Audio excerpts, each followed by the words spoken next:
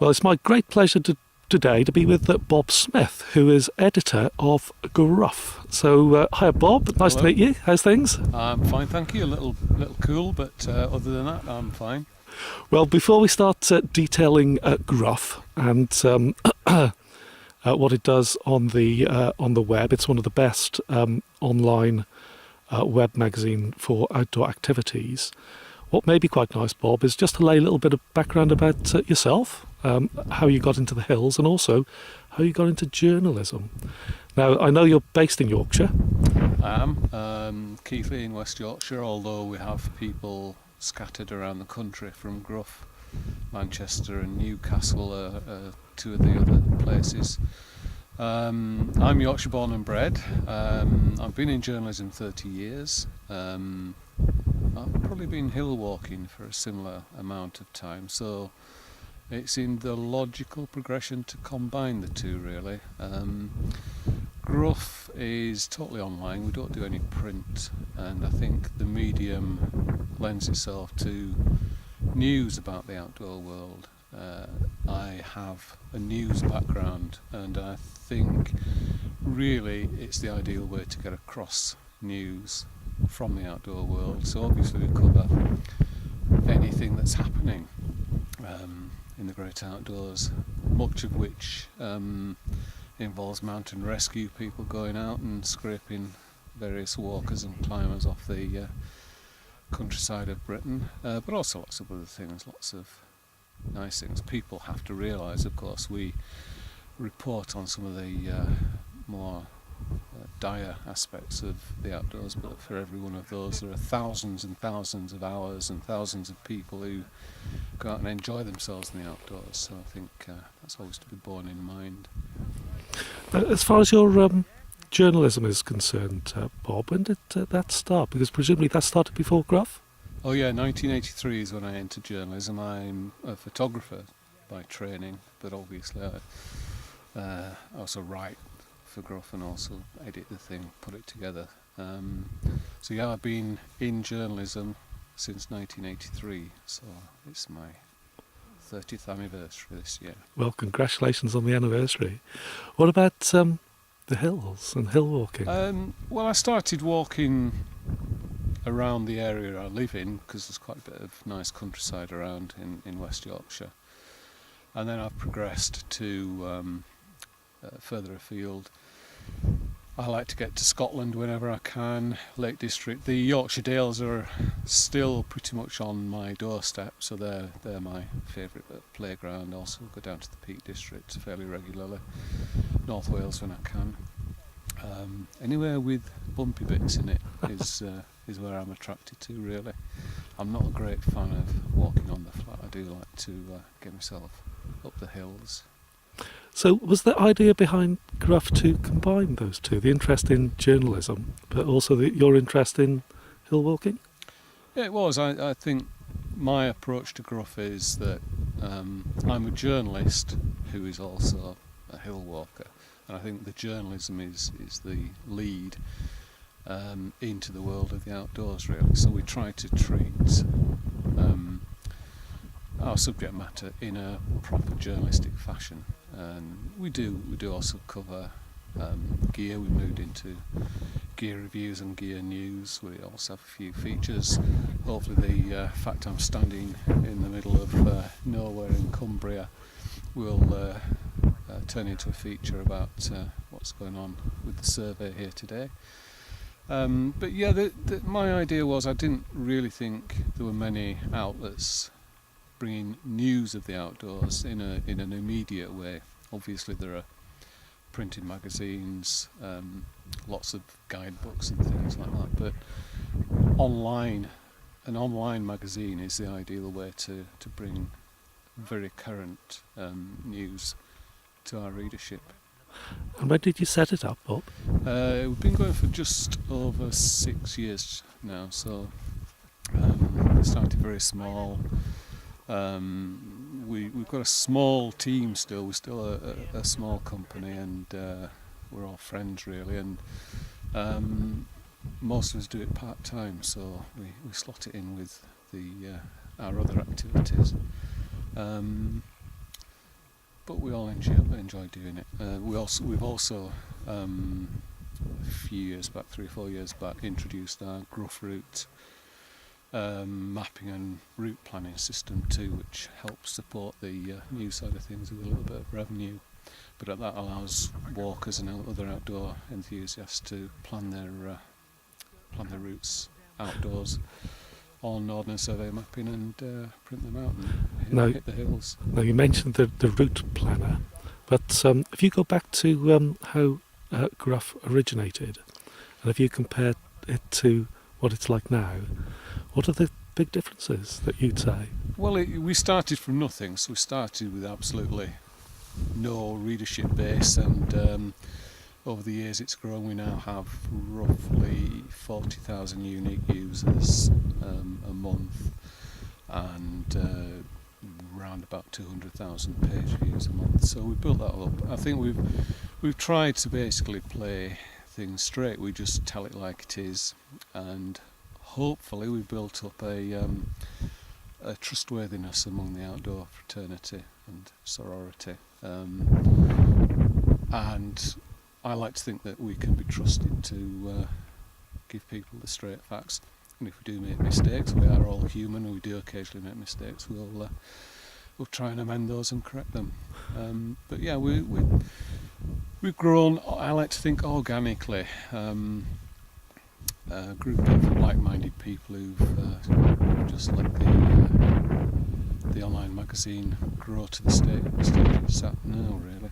And of course, starting it up from scratch, and you mentioned now the user base that you've got and the amount of sort of people that access the site. It's something that I should imagine you're quite proud of. Yeah, I am, I suppose. I'm not a particularly proud man. I'm proud of the people who've helped me. It's enjoyable. It's doing something that I want to do. No one's telling me to do it. No one forces me to come up on top of a 2,000 foot mountain in the freezing cold and stand and be interviewed. But I like doing these sort of things. I may come across sometimes as a bit of an old grump, but I'm actually quite a gregarious person. I like to speak to people when I'm out on the hills. So in a sense, it's speaking to the wider community of the outdoors. From a slightly warmer place from time to time.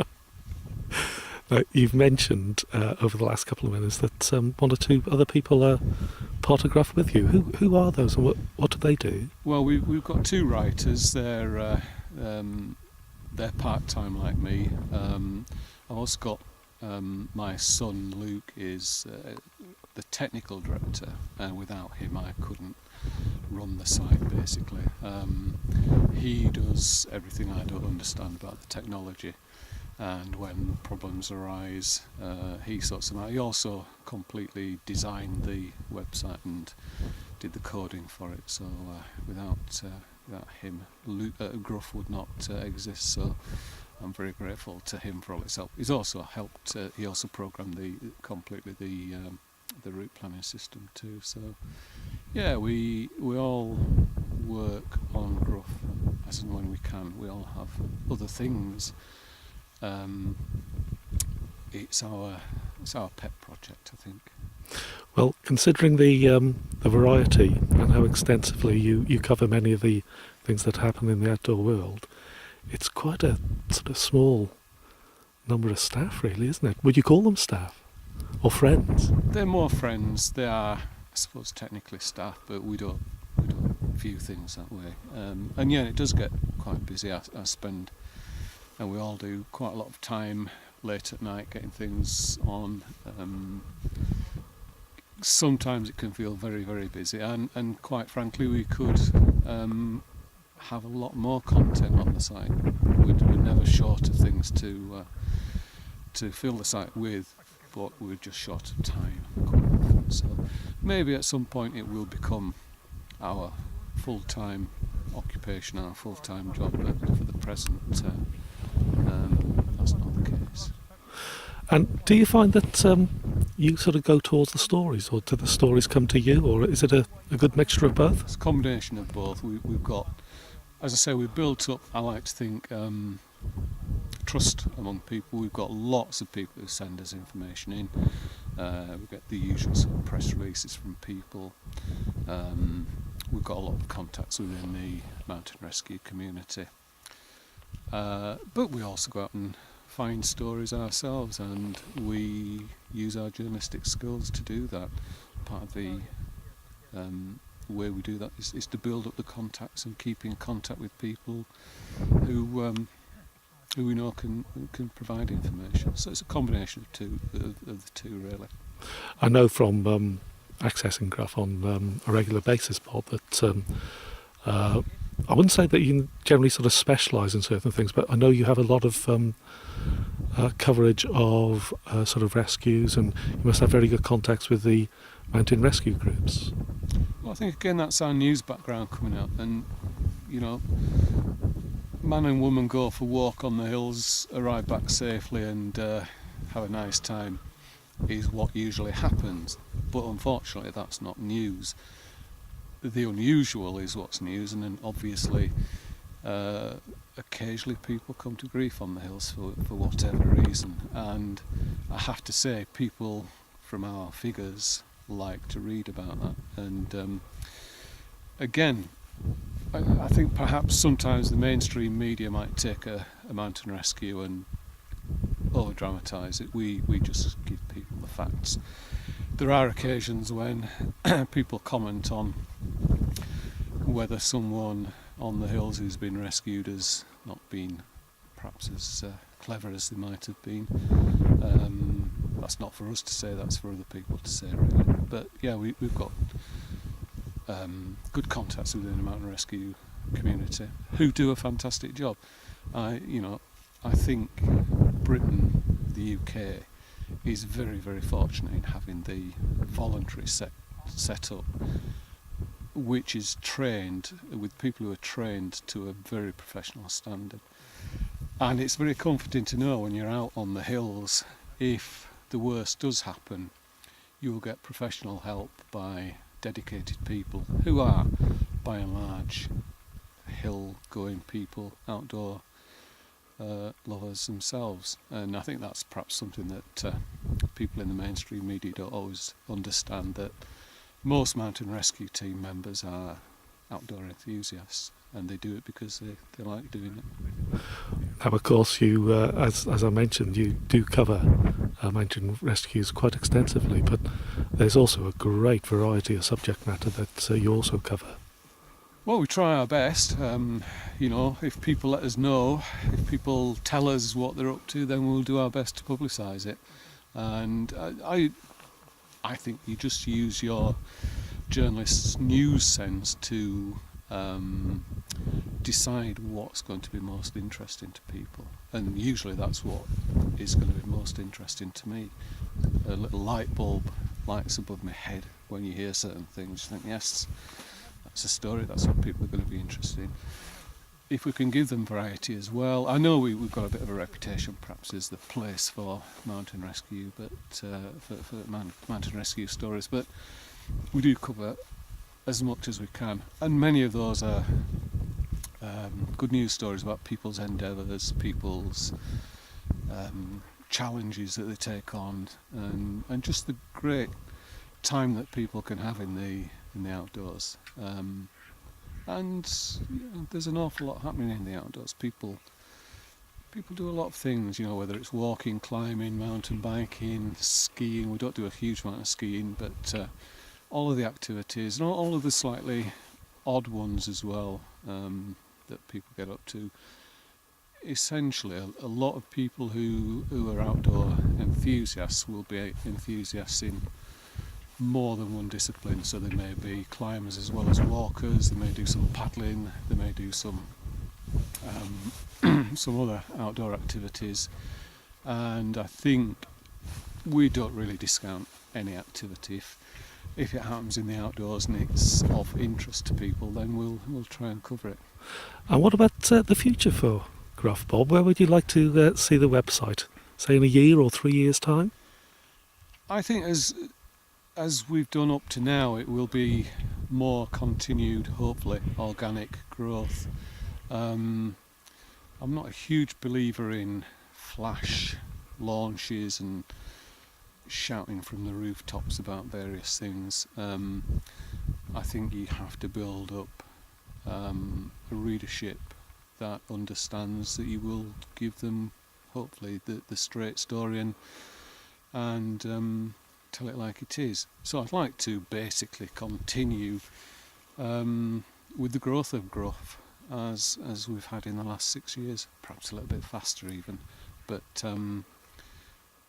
I don't see any huge changes. We will rejig certain aspects, perhaps of the route planning system shortly, once we've got around to reprogramming all of that, or once Luke has got around to reprogramming all of that. We'd like people to advertise with us more, obviously, because the revenue is essentially what we use to run the website. So I will continue to look for more advertising, more revenue in that respect, to make it a properly viable business, so that we can perhaps make it a full-time occupation rather than part-time as it is now. Nothing particularly outrageous is going to happen on Gruff, I don't think. Well, for any viewers of this video that haven't accessed Gruff, it is highly recommended. And of course, it's Grough, isn't it? Yeah, we often get asked by people, how do you say it? It depends whereabouts in the country you come from. I call it Gruff. Or if you're from a southern climate, it might be Gruff. But Grough, www.gruff.co.uk. And Gruff is actually, if you're familiar with the Peak District, it's the channels between the peat hags. So that's what Gruff actually is. Well, before closing off, Bob, any last comments concerning Gruff? I'd just like to say thank you very much to all our readers who visit us in their droves each day, and keep doing it, and tell your friends if you like it. If you don't like it, of course, tell us, and we'll see if we can do anything about it. But yeah, just keep coming back. Well, for now, Bob Smith, many thanks. Thank you.